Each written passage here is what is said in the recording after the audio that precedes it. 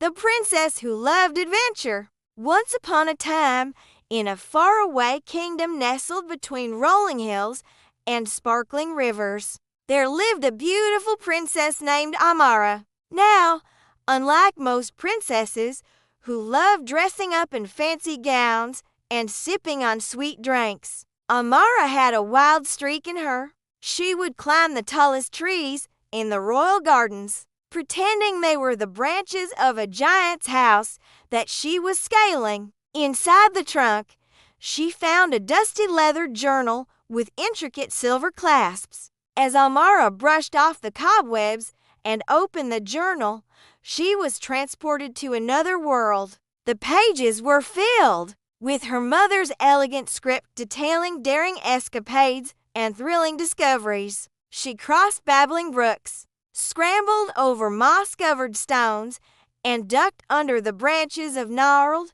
ancient trees. All around her, the forest was coming alive with the songs of happy birds, the rustle of playful squirrels, and the sweet scent of blooming wildflowers.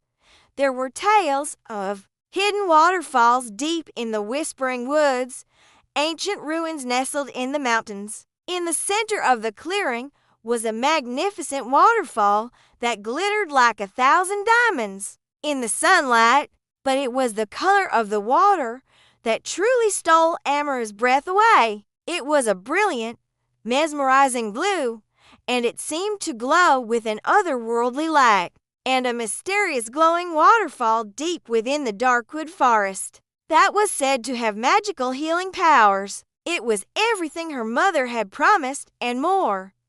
But Amara's adventure was not over yet. As she explored the area around the waterfall, she discovered a small cave hidden behind a curtain of vines. She would race through the castle halls, giggling, as she played hide and seek with the royal guards who were always trying to stop her from getting into mischief. The cave was dark and narrow, and the air was thick with the smell of damp earth and moss. She realized that she wasn't just an adventurer, she was a storyteller, too. And with that realization, Amara knew that her adventures were just beginning. But as Amara's eyes adjusted to the dim light, she saw something that made her gasp. The walls of the cave were covered with ancient paintings depicting scenes of magic and wonder. There were pictures of mystical creatures, wise old wizards, and beautiful princesses, all painted in vibrant colors that seemed to shimmer and dance before Amara's eyes. She knew she had to see these places for herself.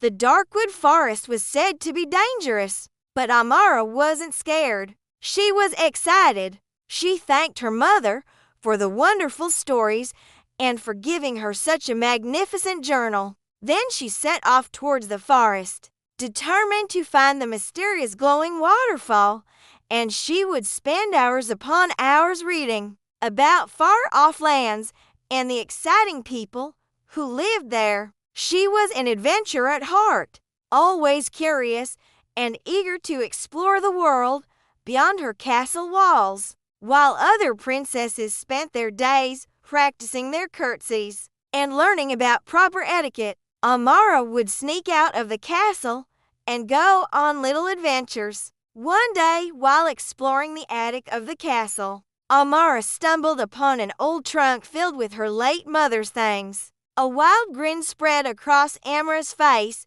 as she read these stories. She put on a simple dress and a hooded cloak, grabbed her mother's journal and a small knapsack, and slipped out of the castle. As she walked into the forest, the trees seemed to part like an old friend, welcoming her with open arms. Amara couldn't help but feel a sense of familiarity, as if she had walked these paths many times before. The journal in her hand felt warm, almost as if her mother was guiding her steps. Following the cryptic clues in her mother's journal, Amara ventured deeper and deeper into the forest. Suddenly, the trees began to thin, and Amara found herself standing at the edge of a clearing. As Amara approached the waterfall, she could feel its healing energy enveloping her, soothing her body and calming her mind.